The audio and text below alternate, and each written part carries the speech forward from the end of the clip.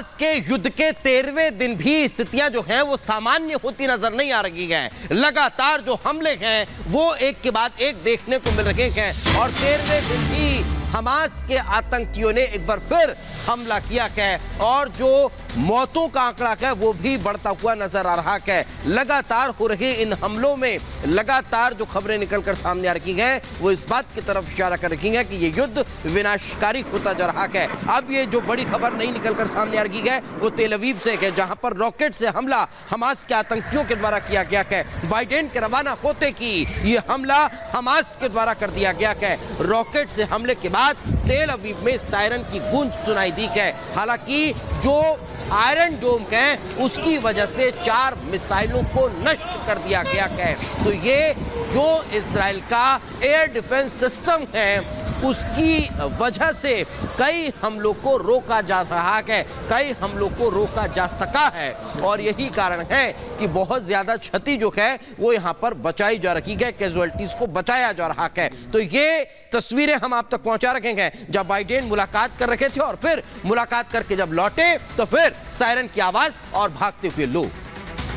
बेशक मुलाकात कर जब जो बाइडेन लौट रहे थे तो तेल अवीव में सायरन की जो गूंज है वो साफ सीधे तौर पर सुनाई देती है, क्योंकि हमले तेल अवीव पर हमास की तरफ से होने शुरू हो गए थे। लेकिन जो बाइडेन जब इजराइल पहुंचते हैं तो अपनी इजराइल यात्रा के दौरान पीएम नेतन्याहू से उन्होंने मुलाकात की और सीधे तौर पर अपना जो समर्थन है वो उन्होंने यहाँ पर जाहिर किया और यहाँ तक कि हर हालत में इजराइल को हर संभव मदद पहुंचाने का आश्वासन भी उन्होंने दिया और हिदायत भी एक तरह से दे डाली कि इजराइल से भिड़ने की हिमाकत ना करें। रिपोर्ट देखिए।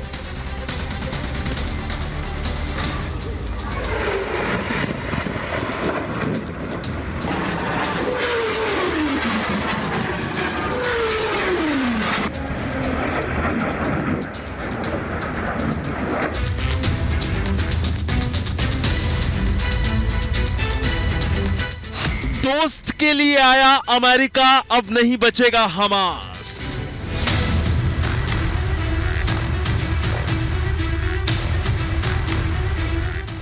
अमेरिका ने बढ़ाई ताकत, दुश्मनों में बौखलाहट।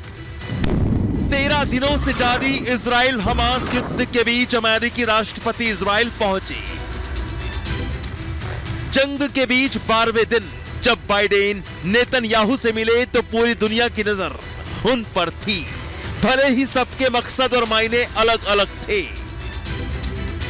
बाइडेन आए भी और गए भी, लेकिन करीब 4 घंटों के लिए इजराइल आए अमेरिकी राष्ट्रपति जो बाइडेन ने कई बड़ी बातें कही।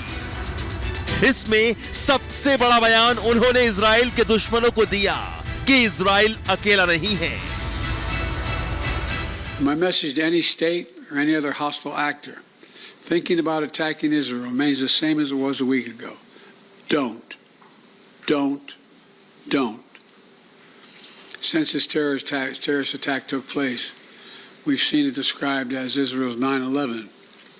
But for a nation the size of Israel, it was like 15 9/11s. मगर दौरे के साथ ही अमेरिका इजराइल के लिए अब वो करने जा रहा है जिससे इजराइल के दुश्मन उसकी तरफ देखने से भी पहले 100 बार सोचेंगे, क्योंकि अमेरिका ने अभी तक इजराइल को जो मदद भेजी है उसे वो और बढ़ाने जा रहा है। जानकारी के मुताबिक अमेरिका ने दूसरे एयरक्राफ्ट करियर को तैनात कर दिया है। यूएसएस जेराल्ड के बाद आइजनहावर तैनात। भूमध्य सागर में 3 मरीन वॉरशिप मोर्चा संभालेंगी, जिसमें हेलीकॉप्टर असॉल्ट क्राफ्ट शामिल होंगे। बड़ी संख्या में एयरक्राफ्ट मिडिल ईस्ट रवाना होंगे। मिडिल ईस्ट में यूएस सैन्य अड्डों में तैनात होंगे। अमेरिका ने 2000 सैनिकों को अलर्ट पर रखा। जरूरत पड़ने पर तैनाती की तैयारी में है जवान। साफ है कि अमेरिका पूरी ताकत से इजराइल की मदद कर रहा है, जिससे जंग के बीच इजराइल का हौसला बुलंद है। तो इजरायली दौरे पर पहुंचे बाइडेन ने एक बार फिर दोहराया, हमास ने बेरहमी से इजराइल के लोगों का कत्ल किया और इजराइल को अपनी रक्षा करने का पूरा हक है। On October 7th, Hamas murdered 1,400 Israelis, maybe more. Hamas kidnapped women, children, elderly, Holocaust survivors. There's only one thing better than having a true friend like you standing with Israel, and that is having you standing in Israel. Israel is united to defeat Hamas, and we will defeat Hamas and remove this terrible threat from our lives. Terrorist group Hamas has slaughtered, as has been pointed out, over 1,300 people.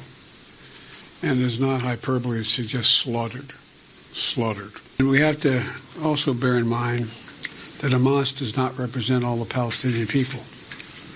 And it has brought them only suffering. The fact is that Israel, as they respond to these attacks, it seems to me that have to continue to ensure that you have what you need to defend yourselves.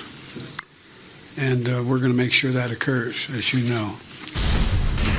Israel अपने सबसे बड़े दुश्मन को साफ करने में जुटा है और इजरायलियों पर हुई क्रूरता का खूनी बदला ले रहा है।